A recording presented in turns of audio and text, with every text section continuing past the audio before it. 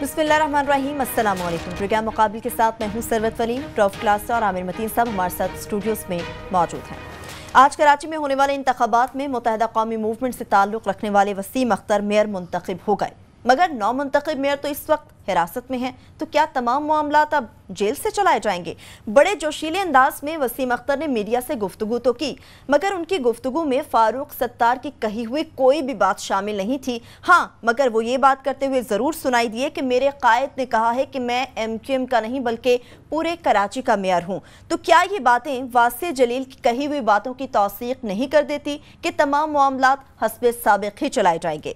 नौमुंतखब mayor ने establishment की तरफ भी दोस्ती का हाथ बढ़ा दिया है। ना सिर्फ रहनुमाई के हवाले से कहा बल्कि तारीफें भी की, कहा कि मिलकर काम करना चाहते हैं। मगर जब 12 मई के हवाले से उन्होंने बात की तो ये कह डाला कि मर्द के बच्चे हो तो 12 मई के हवाले से आर्टिकल 6 के तहत परवेज मुशर्रफ के खिलाफ भी मुकदमा कर डालो।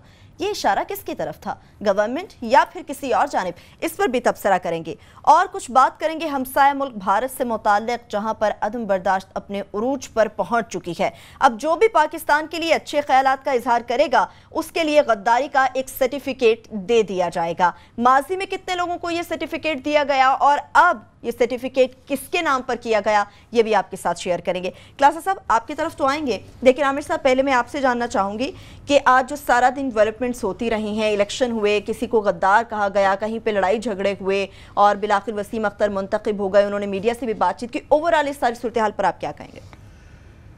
आज से ज़्यादा तो कल रात से ये सिलसिला जारी है कि ज़ाहिर है वो प्रेस कॉन्फ्रेंस जो सत्तार साहब ने की, फारूक सत्तार साहब ने, तो उसमें उन्होंने सारा एक दरमियानी रास्ता निकाला कि जिसमें पाकिस्तान का MQM को अलहदा कर दिया, लंदन की को अलहदा कर दिया। उसके बाद से फिर जो रात को डेवलपमेंट हुई कि मंजर आम पर आई अल्ताफ़ हुसैन साहब की नई टेपें जो कि सोशल मीडिया पे हर जगह मौजूद हैं, जिसमें उन्होंने अमेरिका में और कनाडा में अपने वर्कर्स को खिताब किया हुआ है। और वो टेलीफोनिक टॉक है जो कि ज़ाहिर है हम दोहरा यहाँ दिखा नहीं सकते, सुनवा नहीं सकते जो है वो बातें सुनाने वाली हैं ही नहीं है। मगर उसके अंदर से दो तीन चीज़ें वाज़ेह हो जाती हैं। पहली बात कि ये जो फारूक सत्तार साहब कह रहे थे कि जनाब वो बीमार हैं, वो कैफियत में हैं, उनकी तबीयत ठीक नहीं, तनाव में नहीं है, बिल्कुल ये नहीं सुन के लंबी लंबी तकरीरें हैं, बिल्कुल वो है होशो हवास में है और साफ पता लग रहा है कि वो एजेंडे पे हैं, वो वाहिद एजेंडे पे हैं। और मैं ये जब कह रहा हूँ तो मुझे बड़ी तकलीफ़ है कि हम उन लोगों में से हैं, मैं समझता हूँ क्लासा साहब और मैं, जो हम ये गद्दार ट्रेटर कॉलिंग के बाद खिलाफ रहे हैं, सारी उम्र रहे हैं कि जनाब ये किसी के पास हुब्बल वतनी के सर्टिफिकेट किसी को नहीं देने चाहिए। हर कोई पैट्रियाटिक जो है ना ये वाले, ये हम सब डरते हैं। मगर मेरे जैसा बंदा इस वो सुन के टेपे मजबूर हो गया ये कहने पे ये कोई एजेंडा है, वहाँ पे ये करवाया जा रहा है। उसके बाद प्लान बन रहा है कि जनाब अमेरिका में वाशिंगटन में एम्बेसी के खिलाफ जाके पाकिस्तान के कौन वहाँ पे नारे लगाएगा, कौन आग जलाएगा, कौन झंडा जलाएगा, शिकागो में, कनाडा में, ये पूरा प्लान बन रहा है। और उससे साफ वाज़ेह हो रहा है कि वो बिल्कुल एक वो है। उस रोशनी में जब फिर आप देखते हैं यहाँ का जो हम यहाँ पे ये सोच रहे थे कि जनाब शायद यहाँ पे दो ग्रुप्स हैं या दो सिनारियो हैं, एक ये कि उनकी सारा मर्जी से हो रहा है, ये सारा बचाने के लिए अपनी सीटें और अपनी पार्टी जो है ना ये सारा ड्रामा किया जा रहा है। दूसरा ये है कि शायद फारूक सत्तार भाई एक दरमियानी रास्ता निकाला है कि वहाँ पे कराची में बाज़ाहिर 30 साल का उनका एक कल्ट है, तो आहिस्ता आहिस्ता उनको कन्विंस करके कि जनाब उनको बिल्कुल कराची आउट ऑफ कंट्रोल ना हो जाए, तो एक वो वाला वो है।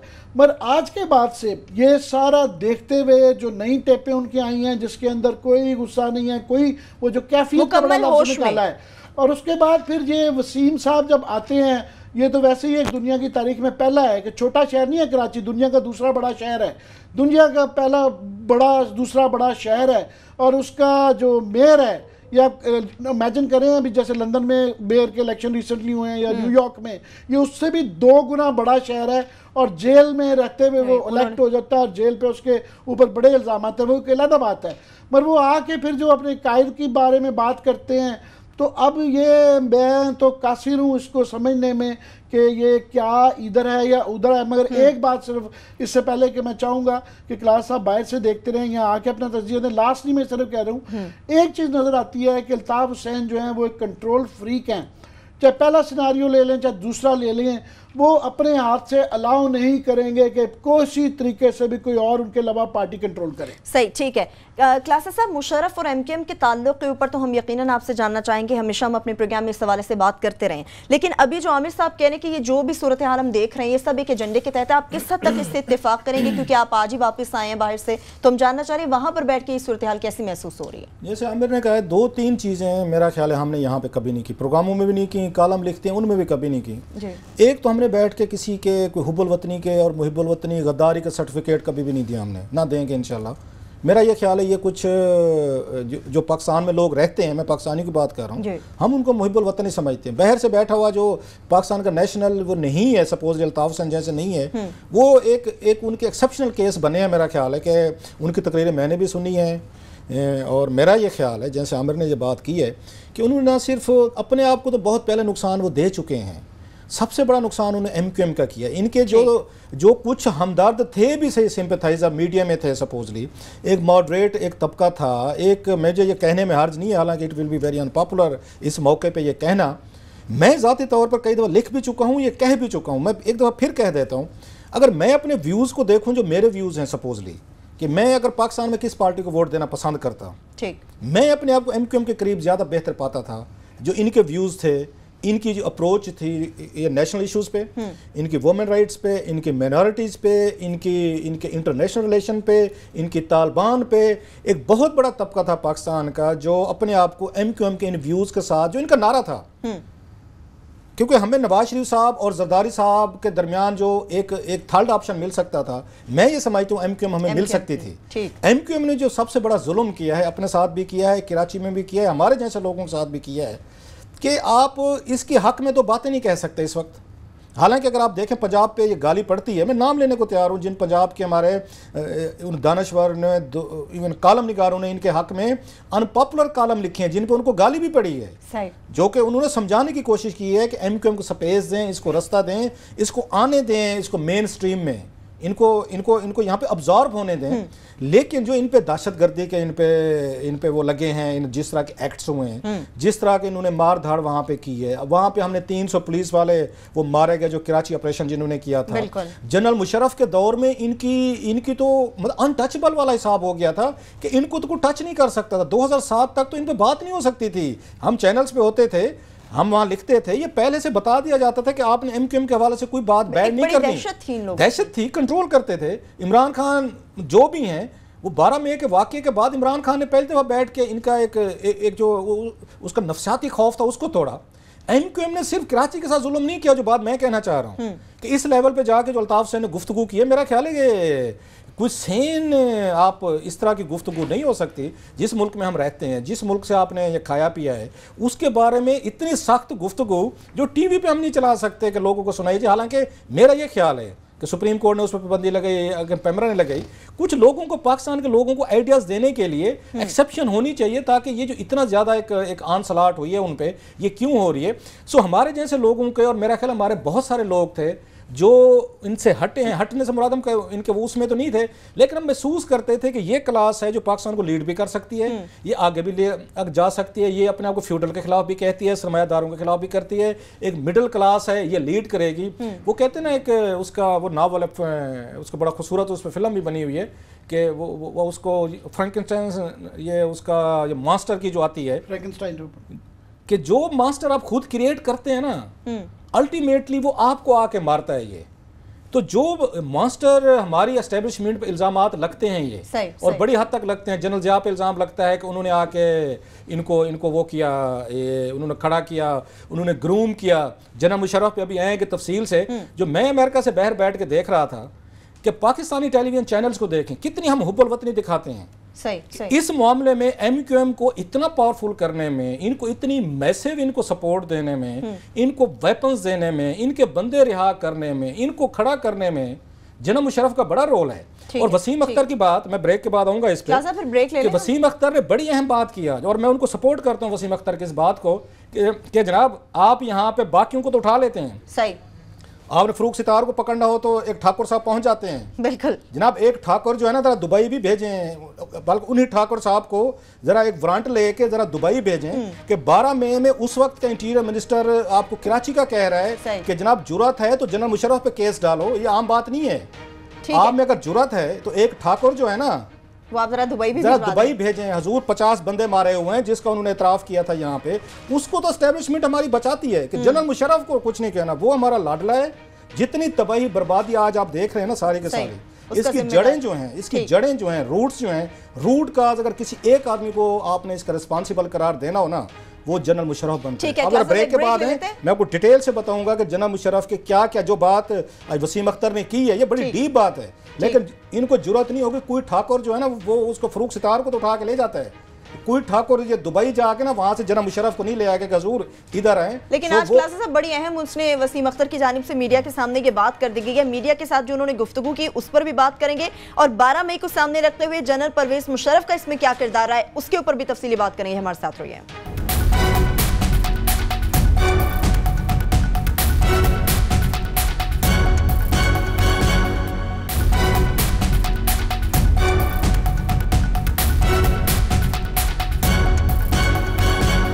ब्रेक के बाद एक बार फिर से आपको प्रोग्राम में खुशामदीद कहेंगे। क्लासेस साहब, बात हो रही थी जनरल परवेज मुशर्रफ की कि उनका इस सारे मामले में क्या किरदार रहा और क्या वाकई कोई ठाकुर जाएगा दुबई में जाएगा और जाके उन्हें गिरफ्तार करेगा, कोई कार्रवाई अमल में आएगी?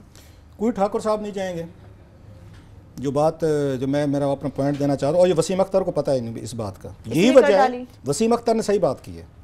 उसने जनाब ज़रा आप पूछें 12 मई जो है और जनरल मुशर्रफ को फुटे निकालें कि उसी शाम इन्होंने यहाँ पे तकरीर की थी ये परेड ग्राउंड में और मुक्के लड़ाए थे। अगर हमारे प्रोड्यूसर साहब जल्दी से वो निकालें ज़रा, अगर निकाल सकें, जिसमें उन्होंने कराची में 50-60 बंदा मारा गया है उसी दिन।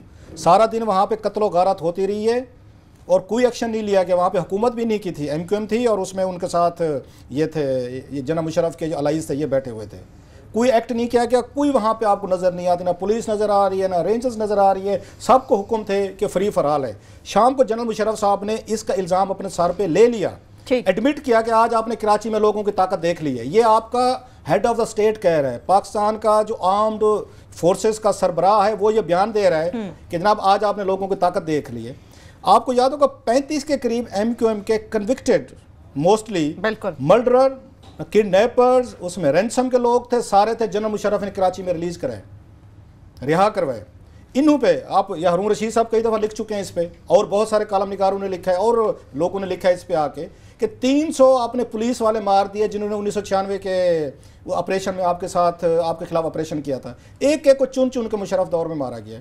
अच्छा, एक और बात उन्होंने बताई थी, शोएब सडल साहब ने बताई थी कि उस वक्त नवाज शरीफ साहब ने MQM को कितने करोड़ों रुपए की पेमेंट की थी।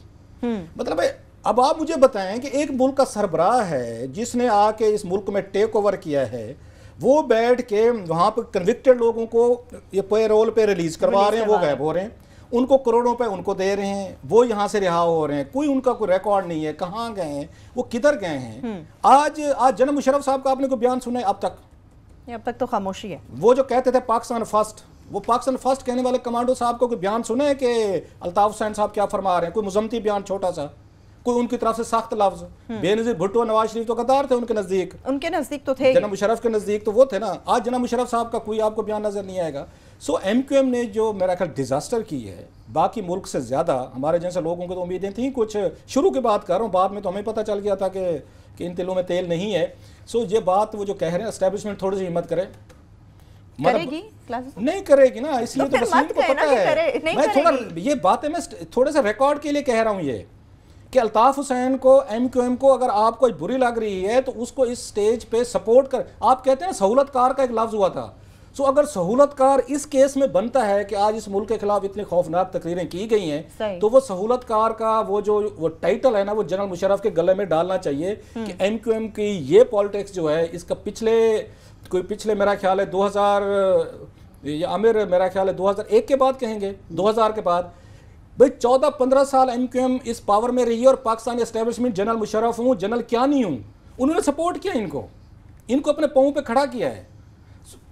सो हमारी एस्टेब्लिशमेंट जो है ये डबल थोड़ा सा स्टैंडर्ड छोड़े जो आज वसीम अख्तर ने की है, थोड़ा सा हमें भी झूठा करे कि नहीं जनाब आप गलत कह रहे हैं, वसीम अख्तर गलत कह रहे हैं, हम एक कदर ठाकुर जो है उसको दुबई भेजेंगे और वो वहां पे उनको साफ लेके आएगा। और 12 मई पे, क्योंकि वसीम अख्तर उस वक्त इंटीरियर मिनिस्टर थे, डेफिनेटली उनके पास सबूत भी होंगे। उनके बयान का मतलब यही है कि जनाब उस वक्त जनरल मुशर्रफ इन्वॉल्व थे, उन्होंने कत्लेआम करवाया था, जरा उन पे केस बनाए। जरा एक केस जो है ना एस्टेब्लिशमेंट, जो इस वक्त बिल्कुल एक हमें लग रहा है कि शायद पाकिस्तान वही बचा रहे हैं, जरा अपने पुराने बास को बुलाएं और बास को एक सैल्यूट भी मारें और बास से जरा एक लंबी एक्सप्लेनेशन भी बनाएं और जरूरत है उन पे केस भी डालें, उन पे ट्रायल भी करें। जरा सही तासुर तो ये मिल रहा है मेरे साहब कि पाकिस्तान वही बचा रहे हैं। मेरा ख्याल है वसीम अहमद की जो स्टेटमेंट है, वसीम अख्तर सॉरी, जो स्टेटमेंट है वो आयरॉनिक तो है ही है कि वो पहली बात तो ये कि दुनिया के शायद पहले इतने बड़े शहर के मेयर होंगे जो जेल से जीत गए, वो आयरॉनिक है बड़ा। दूसरा रेलेवेंट बड़ी है आज की सिचुएशन में जो कराची है, हालांकि उनके अल्फाज ये जो मर्द के बच्चे वाली है ना, ये अपने कायद वाली अल्फाज बोल रहे हैं, तो प्रोवोकेटिव तो बड़ा है, मगर उसके अंदर एक लेसन भी, एक सिंबलिज्म है। सिंबलिज्म और सबक जो है वो MQM के लिए भी है और हमारी इस्टेब्लिशमेंट के लिए, दोनों के लिए। इस्टेब्लिशमेंट के लिए ख़ास तौर पे कि इस वक्त जो है वाकई जो उनको नज़र आ रही है दुश्मन ट्रेटर, बिल्कुल सारे दुश्मन नज़र आ रहे हैं और गद्दार लगने हैं, तो याद रहे कि जनाब इसी इस्टेब्लिशमेंट की वो परवरदा है। ये बिल्कुल हकीकत है कि 1999 में MQM तबाह हो चुकी थी, बिल्कुल टूथलेस हो चुकी थी, ज़मीन पे आ चुकी हुई थी और बिल्कुल वो जो है उनका कोई पुरसाने हाल नहीं था। और ये मुशर्रफ साहब थे, ना सिर्फ उनको खड़ा किया, उनको एम्पावर किया, और इस दौरान में क्या क्या कुछ नहीं हुआ हुआ। ये सारा कुछ जो आज देख रहे हैं ये उस दौरान में हुआ। भत्तागिरी उस दौर में कमाल पे गई, उस दौरान में क्या क्या कुछ पैसे नहीं बनाए गए, क्या क्या कुछ किसको नहीं कहा गया, टोटल उनको उजारादारी थी, क्रिमिनल उसकी 10,012 इसी फौज 10-12,000 बंदा मारा गया है, प्रोटेक्शन में मारा गया है। वो तमाम शहर के SHO जिन्होंने MQM के खिलाफ पहले किया हुआ था, चुन चुन के मारे गए, और वो सारे फौज की प्रोटेक्शन में मुशर्रफ के अंडर हुआ। उनको प्रोटेक्शन थी कि उनको हाथ नहीं लगाया जा सकता। तो ये जो मॉन्स्टर ये जो कह रहे हैं उस दौर में बनाई हुई है। मगर मैं समझता हूँ कि MQM के लिए भी ये इसके अंदर एक लेसन है कि अभी जो है उस ज़माने का ये जो अभी इतना मजलूमियत का प्रचार कर रहे हैं कि जनाब मर गए लुट गए, तो इनको भी याद रहना चाहिए कि जनाब 14 साल जो इन्होंने ये जो हुकूमत की है तमाम गवर्नमेंट पर पॉलिटिकल पार्टीज का मिलके, तो ये भी जालिम रहे हुए हैं, सफाक रहे हुए हैं। इन्होंने ये मजलूमियत का ये जो प्रचार करते हैं कि पाकिस्तान की सबसे मजलूम ये लोग हैं और जुल्म हो गए, हमारे लड़के पकड़े गए, वो सारे गलत नहीं पकड़े गए हैं, वो सारों में से आधे से ज़्यादा क्रिमिनल हैं। मैं ऐसी फिगर थ्रो कर रहा हूँ, शायद इससे ज़्यादा भी हों, शायद से ज़्यादा हों, और उन पर बेताशा लोगों को मारने के, जब लोगों को सुओं से गोलियों से पता नहीं किस किस चीज़ से मारा गया है, तो वो भी एक हिस्ट्री है। तो दोनों चीज़ें यहाँ पे एक ब्लैक एंड वाइट नहीं है, यहाँ पे ग्रे एरिया है जिसके अंदर दोनों कहीं ना कहीं रहते हैं। अगर आपने वक्फा नहीं लेना तो वक्फे की तरफ नहीं जाना आमिर साहब, लेकिन मैं अपने लिए एक चीज़ आपसे एक बार फिर से कंफर्म करना चाह रही हूँ कि जो आपने बात की कि मर्द के बच्चों के हवाले से जो जुमला उन्होंने कहा है ये MQM के लिए था, दूसरा क्या हिस्सा इस्टेब्लिशमेंट के लिए था, विफाकी हुकूमत के लिए था? बस मैं आपसे ये कंफर्म करना चाह रही हूँ, फिर मैं अगले सवाल की जानी। ये इत्तफाकन क्योंकि 1-2 दिन पहले उनके कायद ने भी एग्जैक्टली इस तरह का यही जुमला बोला था, तो इसलिए ज़्यादा प्रोवोकेटिव। और वैसे वसीम अख्तर का स्टाइल भी बड़ा प्रोवोकेटिव है, और वो जो करते हैं जिस तरीके से करते हैं तो लोगों को गुस्सा आता है। तो चॉइसेस क्या हैं? अभी ये सबसे इंपॉर्टेंट क्वेश्चन है कि पाकिस्तान एस्टेब्लिशमेंट, रियासत और गवर्नमेंट के पास अब कराची में चॉइसेस क्या हैं? एक तो ये चॉइस है कि जनाब आप पार्टी भी बैन कर दें, सबकी जो है पार्टी मेंबरशिप भी वो कर दें, सबको अंदर भी कर दें, तो फिर कराची ये शायद वो चीज़ है, ये चॉइस तो नहीं ये वो चॉइस है, एजेंडा है जो मैं समझता हूँ आबिल ताब हुसैन साहब का है। वो ये चाहते हैं कि कराची में ये इन सब के साथ ये फारिग हो जाएं, सड़कों पे लोग निकल आए, आग लग जाए, लाशें लग जाए। ये वो चॉइस है जो वो चाह रहे होंगे। तो आपने वक्फा लेना है, उसके बाद दूसरी चॉइस मैं समझता हूँ जो है और जो कि प्लॉजिबल और जो कि समझदार, मेरे ख्याल में क्लास साहब से पूछेंगे कि ये उसको इससे देखते हैं कि नहीं, वो ये है कि यहाँ पे मेरा ख्याल लिव एंड लेट लिव करना पड़ेगा, तहम्मुल मिजाजी से देखना पड़ेगा कि हाँ वो जो मुकदमात हैं वो बिल्कुल जारी रहें, उनकी बल्कि तफ्तीश अच्छी करें और उनकी प्रोसिक्यूशन अच्छी होनी चाहिए, और ये जो नारे पाकिस्तान के खिलाफ लगाएं उसका भी हिसाब होना चाहिए, और इनसे ये चीज़ें करवाई जाएं, बार बार पाकिस्तान जिंदाबाद हर एक से कहलवाया जाए। जितना कहलवाएंगे पाकिस्तान जिंदाबाद तो उधर उतना ही रिएक्शन आएगा। आखिरी बात कर दूं कि ये जो टेपें हैं उसके अंदर बाबर गौरी साहब जो कि रूह रवान थे, मुशर्रफ दौर के सबसे लाडले मिनिस्टर थे, उनको जो है अल्ताफ भाई उसके अंदर वो कहते हैं कि सुने तुमने जो है पाकिस्तान जिंदाबाद का है, वो कहा माफ़ कर दें भाई गलती हो गई। ये कही गई हैं, ये वो लोग हैं जो कि कैबिनेट के चीफ मेन वज़रा रहे हुए हैं। सही सही, अवाम को भी तो कुछ मालूम तो होना मेरा ख्याल है कि ये जो है ना जिंदाबाद इनसे कहलवाते रहे, रोज का 4 दफा पहाड़े की तरह करवाया जाए तो फिर वो ठीक है, फिर हमें कबूल है। एक जिस तरह का सब कह रहे हैं उस तरह की रिफॉर्म्ड एमक्यूएम मुझे बड़ी कबूल है। मिडिल क्लास की मिलिटेंसी ना हो और पाकिस्तान जिंदाबाद का एक तस्वीर पकड़ा दें, दिन में 25 दफा करे, सुबह को 25 दफा, शाम को 25 दफा, रात को, तो हमारे लिए कबूल है। फिर सही है, ठीक है। क्लासेस साहब आपकी तरफ आऊंगी, लेकिन मैं चाह रही हूँ एक छोटा सा ब्रेक लेंगे। जब वापस आएंगे जो आज वसीम अख्तर की जानिब से बातें की गई हैं उन पर क्लासेस साहब क्या कहेंगे, और क्या अगर जो एस्टेब्लिशमेंट के लिए दोस्ती का हाथ बढ़ाया गया है, इन बातों के बाद क्या दोस्ती हो पाएगी, और मुशर्रफ के हवाले से क्लासेस साहब क्या बात करना चाहेंगे, ये भी आपको बताएंगे। एक ब्रेक के बाद हमारे साथ रहिए।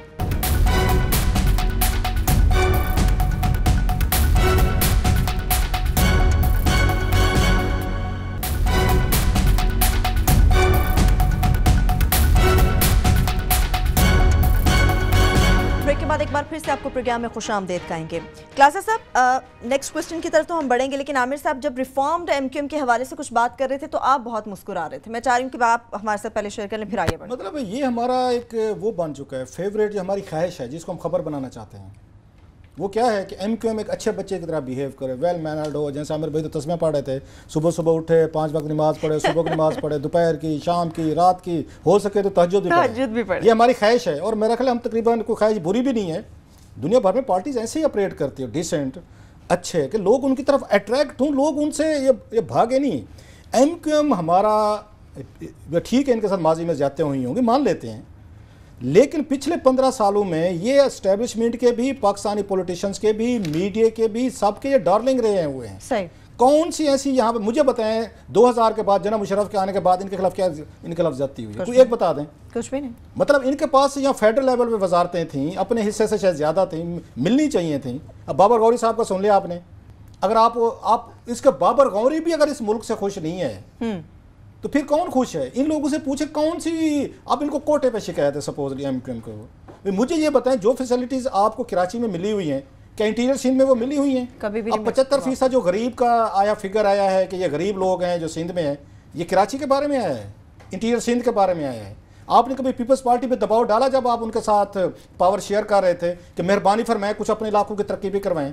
बस सारे मील पर इन पे इल्ज़ाम लगता है कि जो कुछ कराची में एमक्यूएम को मिला इन्होंने लूट मार के वहाँ पे भेज दिया है, ये भाई को भेज दिया लंदन कि भाई आप अयाशी करो, हमारी खैर है। जो उनको मिला है सिंध, उनको पीपल्स पार्टी कहते हैं, जो कुछ चढ़ा है एनएफसी का, जो माल पानी चढ़ा है, उन्होंने दुबई में जदादें खरीद ली हैं। बल्कि आज असद उमर ने बड़ी खूबसूरत बातें की हैं उसके सेनेट की, सारी कौमी असम्बली के खजाना की कमेटी में। हमारे पास टाइम नहीं था, नहीं तो आज हम उसको ज़रूर टेकअप करते, क्योंकि इस मुल्क में ये फ्री फॉर ऑल है।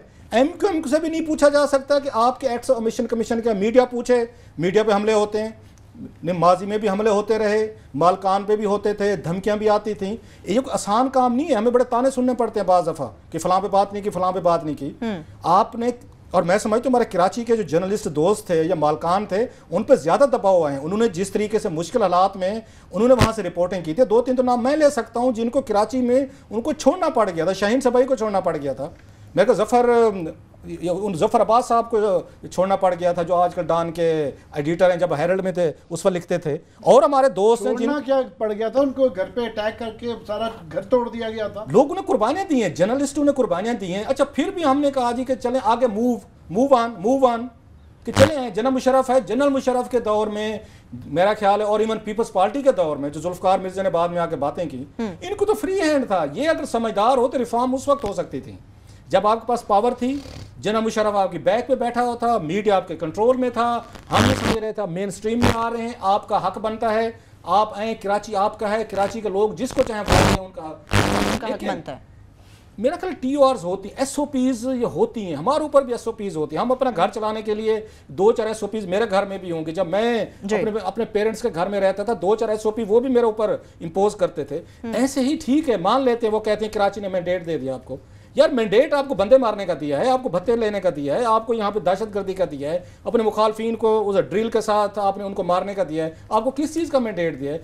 कराची के लोगों ने आपको मैंडेट दिया है कि आप अपने आप को स्प्रेड करें, अच्छा रोल अदा करें। आपके आबा अजदाद ने पाकिस्तान बनाया था, हम उसके लिए ग्रेटफुल हैं आपके। मतलब कितने ग्रेटफुल हूँ जो तकरीरें की गई हैं हमारे जैसे मॉडरेट बंदे, फिर हम रिपीट कर रहे हैं जो आमिर और मैं हैं, जो गद्दारी पे वो नहीं करते, हम कुछ साजिशों पे बिलीव नहीं करते, लेकिन हमारे जैसे बंदों ने वो टेपें सुनी हैं, even felt so down and depress. जैसा है पाकिस्तान यार, मसाइल हैं यहाँ पे, इश्यूज हैं, करप्शन है, हल करना है ना। आप पार्लियामेंट में थे, 22-24 आपके पास थे, आपने 14 साल पावर एंजॉय किया। मसाइल छोड़ दें पाकिस्तान, बाकी आप मुल्क के हिस्सों को छोड़ दें, मुल्तान में क्या होता है, तो जैलम में क्या होता है, तो जनाब जैकबाबाद में क्या होता है, कराची हम गए थे, इतना बुरा तरीन शहर मेरा ख्याल हमने देखा नहीं होगा जितनी गंदगी थी। बिल्कुल आमिर साहब, जिस तरह से कराची की आवाम हमेशा एमक्यूएम को मैंडेट देती है, इस बार भी एमक्यूएम का मेयर ही जीत गया है, तो ये मैंडेट किस वजह से होता है? क्या ये बेहतर नहीं होता कि आप अपनी इस्लाहात को सामने रखें, रिफॉर्म्स अपने अंदर लाएं, अपनी जमात को बेहतर करें, अपने लिए काम बेहतर तरीके से सरअंजाम दें? क्योंकि कराची का मैंडेट बहरहाल एमक्यूएम के पास है, जैसी कैसी है, इसीलिए मैं समझता हूँ कि इस वक्त बहुत लम्हा फिक्रिया है, खतरनाक टाइम है पाकिस्तान में। लम्हा आपसे सवाल मैंडेट ये है कि इलेक्शन जीतते हैं, देन व्हाट नेक्स्ट? नहीं, इलेक्शन जीतते हैं, उसकी वजह से केयरफुली रहता है, जब तक लोग साथ हैं, किसी वजह से भी साथ है, हम पसंद ना करें या ना करें, जब कुछ करना नहीं, लोगों से पूछे ना, जब कि वो वोट देते हैं। फैक्ट ये है कि आपको नून लीग सराइकी एरिया का वो रहता है, वो वोट देते हैं, जिसके बाद मैंडेट आ जाता है उसके बाद तो इसीलिए मैंडेट के बाद भी तो कुछ कॉन्स्टिट्यूशनल बिल्कुल मैं ये बता रहा हूं कि मैंडेट के बाद जिम्मेदारी ना बिल्कुल नहीं फ्री फॉर ऑल, रेसलिंग में भी वो एसओपी रखते हैं। मैं एग्जैक्टली उस तरफ आ रहा हूं, क्योंकि ये इलेक्शन जीत जाते हैं, जिस वजह से भी जीतते हैं, तो इसलिए वहां पे चलने का इस वक्त जो बड़ी मैं समझता हूँ संजीदा और सोच विचार के चलना चाहिए। वो इसलिए कि इस वक्त टाइमिंग ऐसी है कि मोदी साहब जो है ना वो बलूचिस्तान का जिक्र कर रहे हैं और पाकिस्तान के खिलाफ वो चाह रहे हैं कि कश्मीर से डिफ्लेक्ट हो, इधर आए हम अपना बलूचिस्तान की उन्होंने हमें फिक्र डाल दिया है, तुरखन चमन पे पाकिस्तान के झंडे चलाए जा रहे हैं। तो ये एग्जैक्टली उस किस्म का एजेंडा होगा फॉलो करना कि हम अगर वहाँ पे सबको पकड़ के सबको अंदर कर दें, पार्टी बैन कर दें, सबको कर दें, तो लोगों को नहीं। मेरा ख्याल है कि बिल्कुल जो आपने कहा है ना कि आइन होता है, कानून होता है। जब उन्होंने खुद कह दिया है कि जनाब हमने एक लंदन चैप्टर बन गया और एक पाकिस्तान इस्लामाबाद जो है ना पाकिस्तान का चैप्टर एमक्यूएम का बन गया, तो उनको अपने पाकिस्तान चैप्टर को ना पाकिस्तानियत प्रूव करनी पड़ेगी। आप ओनस है, और जो जो टीवी पे मैं समझता हूँ आके कह रहा है, जिस तरह वो मुजाहिद साहब मैं देख रहा था कि मेरे तो कायद अभी भी अल्ताफ हुसैन है, जो जो इस तरह की बात कर रहा है, तो वहाँ पर्चा दर्ज हुआ है कि पाकिस्तान के खिलाफ नारे मारने का, उसमें कॉम्प्लेसेस में उन सबको डालते जाएं जो खुद तायद कर रहे हैं, मान रहे हैं कि वो उसके लंदन ग्रुप के हैं। लंदन ग्रुप को आपने पर्चा दर्ज हो गया है, और मैं ये बात डिक्लेयर, मैं कानूनी बात कर रहा हूँ, पर्चा दर्ज हो गया है, पाकिस्तान के खिलाफ नारे लगाए गए हैं।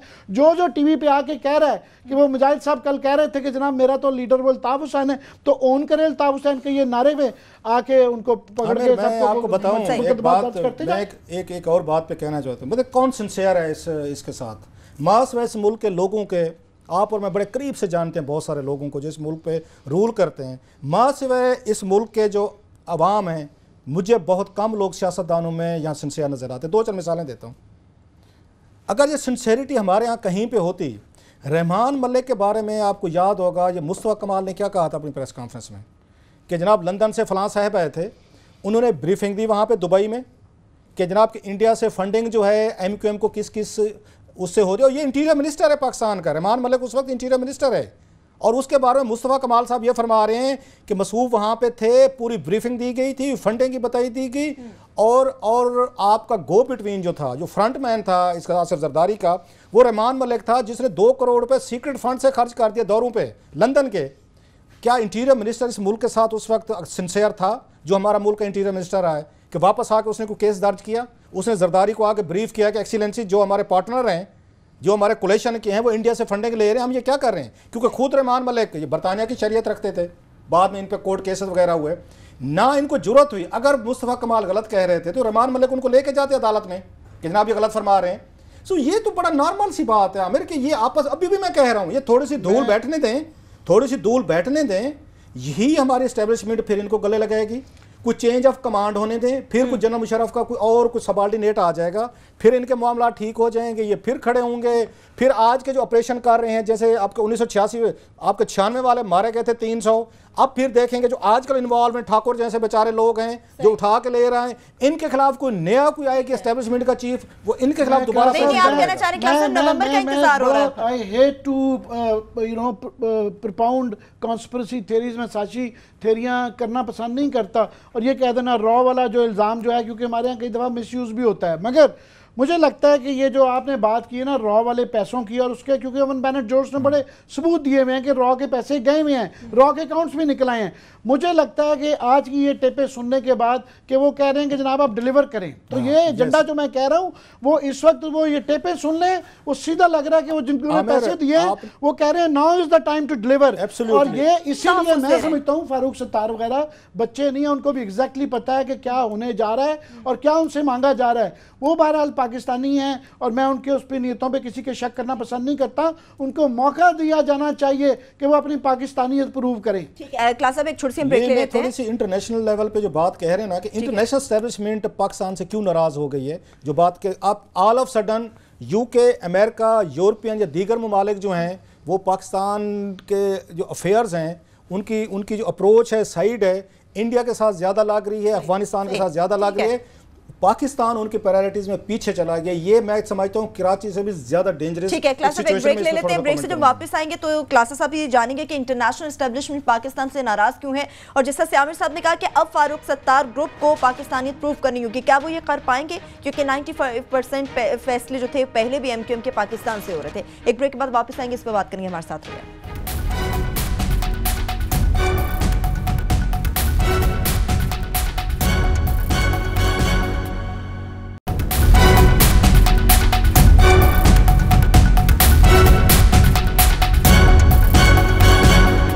ब्रेक के बाद एक बार फिर से आपको प्रोग्राम में खुशामदीद कहेंगे। क्लासेस साहब, हम ब्रेक पर चले गए थे, इंटरनेशनल एस्टेब्लिशमेंट के हवाले से आप बात कर रहे थे, वो क्यों नाराज है हमसे? टॉपिक तो बड़ा अच्छा खासा लंबा टॉपिक है, इस पर पूरी मतलब शो हो सकता है। अब मतलब बिल्कुल मुख्तसर से इस पर बात करूंगा, हम कोशिश करेंगे आने वाले दिनों में इस पर बात करें। इस वक्त अमेरिकन सबसे ज़्यादा हमसे नाराज़ हैं जो मैटर करते हैं पाकिस्तान के अफेयर्स में। अब उनकी नाराज़गी की बड़ी सिंपल वजह है जो हम साफ ज़रा एंटरटेन नहीं करते in the name of our so called national interest. आपसे यूरोपियन नाराज़ हैं, 52 मुल्क इस वक्त पाकिस्तान से स्ट्रेट अवे नाराज़ हैं। हमने एक उनको ग्रुप की वजह से नाराज़ किया हुआ है, उसका नाम है हकानी ग्रुप, जो पाकिस्तान में हमने तालिबान की शक्ल में रखा हुआ है। हम ये समझते हैं दे आर गुड तालिबान, ये अफगानिस्तान में लड़ रहे हैं, अपनी जहाद कर रहे हैं, आज़ादी के लिए लड़ रहे हैं, पाकिस्तान उनको अपने मेहमान भी रखा। हम लाख कहते रहे, दुनिया नहीं मानती, उनके पास सबूत भी हैं, उन्होंने इनको पेश भी किए हैं। इस वक्त वहाँ अफगानिस्तान में 52 ममालिक की आपकी फ़ौजें बैठी हुई हैं, वो नेटो के भी हैं, इंटरनेशनल फोर्सेस भी हैं। वो पिछले 8-10 साल से हमें ये कह रहे हैं कि जनाब इनकी वजह से अफगानिस्तान में डिस्टर्बेंस है, अटैक करते हैं, वहाँ पे काबुल की मार्केट्स पे अटैक्स होते हैं, बच्चे मारे जाते हैं, औरतें मारे जाती हैं, व्हाटएवर एक लंबी लिस्ट है। आप इनको सपोर्ट करना बंद करें। और पाकिस्तान जो हमारी पॉलिसी है, हम ऑन रिकॉर्ड तो कहते हैं कि हम उनको सपोर्ट नहीं करते, हमारा उनसे कोई तल्लुक नहीं है, लेकिन फिर हम अमेरिका के कहने पे उनको मरी भी ले आते हैं। साफ जरा अगर हमारा इन्फ्लुएंस नहीं है तो मरी भी ले आते हैं। फिर वो मुल्ला मंसूर का उस वक्त चौधरी निसार भी नहीं पूछता कि कौन से पासपोर्ट पे मरी के टॉक्स में शरीक हुए थे, जो बाद में बड़ी तहकीकात कराते फिर रहे थे। सो अमेरिकन की नाराज़गी की वजह ये है, और उसमें ब्रिटेन भी शामिल है, आप पूरा यूरोप शामिल है, कि वो हकानी ग्रुप को वो चाहते हैं कि पाकिस्तान अबैंडन करे, और पाकिस्तान ने दिल से लगाया हुआ है हम अबैंडन करने को तैयार नहीं है। सो ऑप्शन हमारे पास बड़े मेरा ख्याल वाजे हैं। अमेरिका ने पिछले 2-3 महीनों में जो स्टेप्स लिए हैं पाकिस्तान के हवाले से, उन 2-3 को आप रीड कर रहे हैं तो बड़ा क्लियर हो जाएगा कि पाकिस्तान से अमेरिकन जो है अपना को डिस्टेंस कर रहे हैं, इंडिया के साथ ज़्यादा क्लोज हो रहे हैं।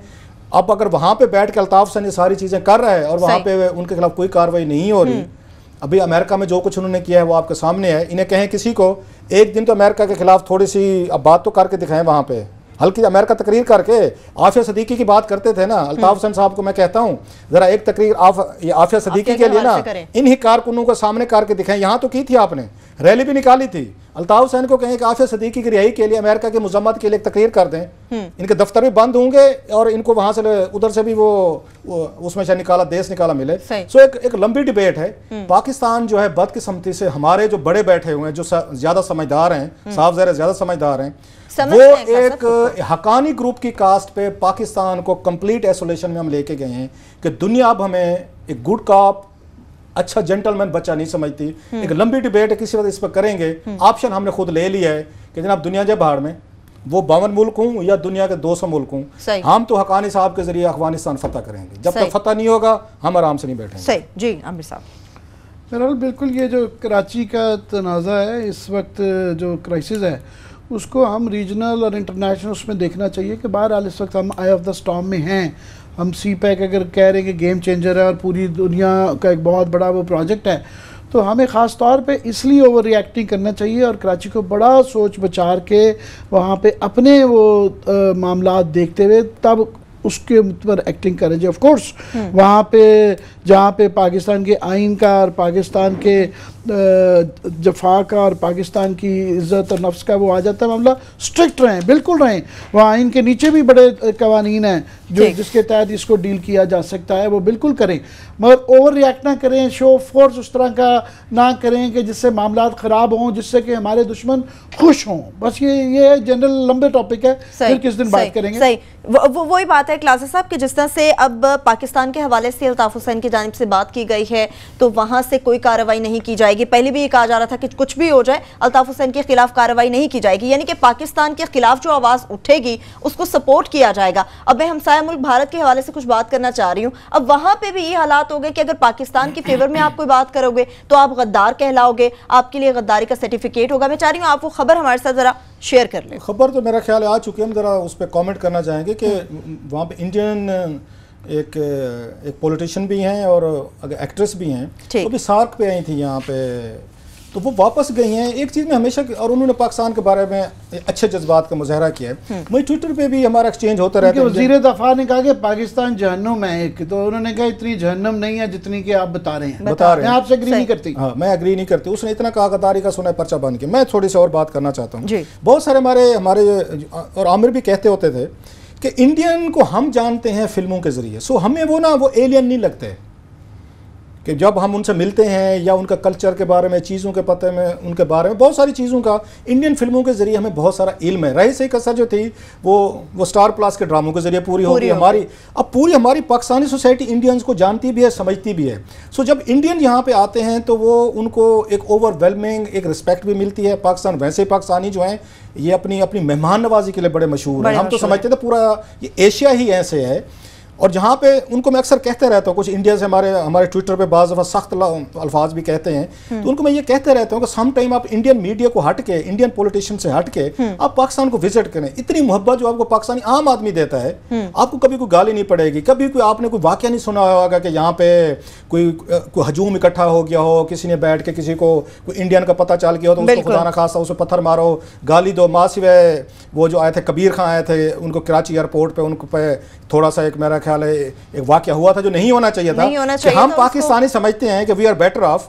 और जितने भी इंडियंस हमारे यहाँ पे आते हैं अक्सर मैंने देखा है वो अपनी चेंज ओपिनियन के साथ जाते हैं। और ये वजह कोई हमारी कोई स्टेट पॉलिसी भी नहीं है या कोई मीडिया के बने हुई पॉलिसी भी नहीं है। हम इंडियन सेंट्रिक नहीं है, हमें इंडियन से उस तरीके की नफरत नहीं है जो वो समझ रहे होते हैं। लिहाजा जितने लोग यहाँ पे आते हैं, अनारकली जाते हैं, जो भी जाते हैं, कोई उनसे पैसे नहीं लेते। किसी को बता दें, अभी मुझे अमेरिका में बता रहे थे एक वहाँ पे एक फैमिली ने उन्हें बताया, उनके दोस्त से कोई इंडियन से आए, उन्होंने कहा जो ही इस्लामाबाद के सुपरमार्केट में पता चला कि हम इंडियंस हैं, अमेरिका से हैं, कहते थे उन्होंने पैसे लेने से इनकार कर दिया। उन्होंने कहा हम आपसे पैसे नहीं लेते। मोहब्बत का इजहार ये है। अब ये वो चीज़ें हैं जो आम आदमी को इंस्पायर करती हैं।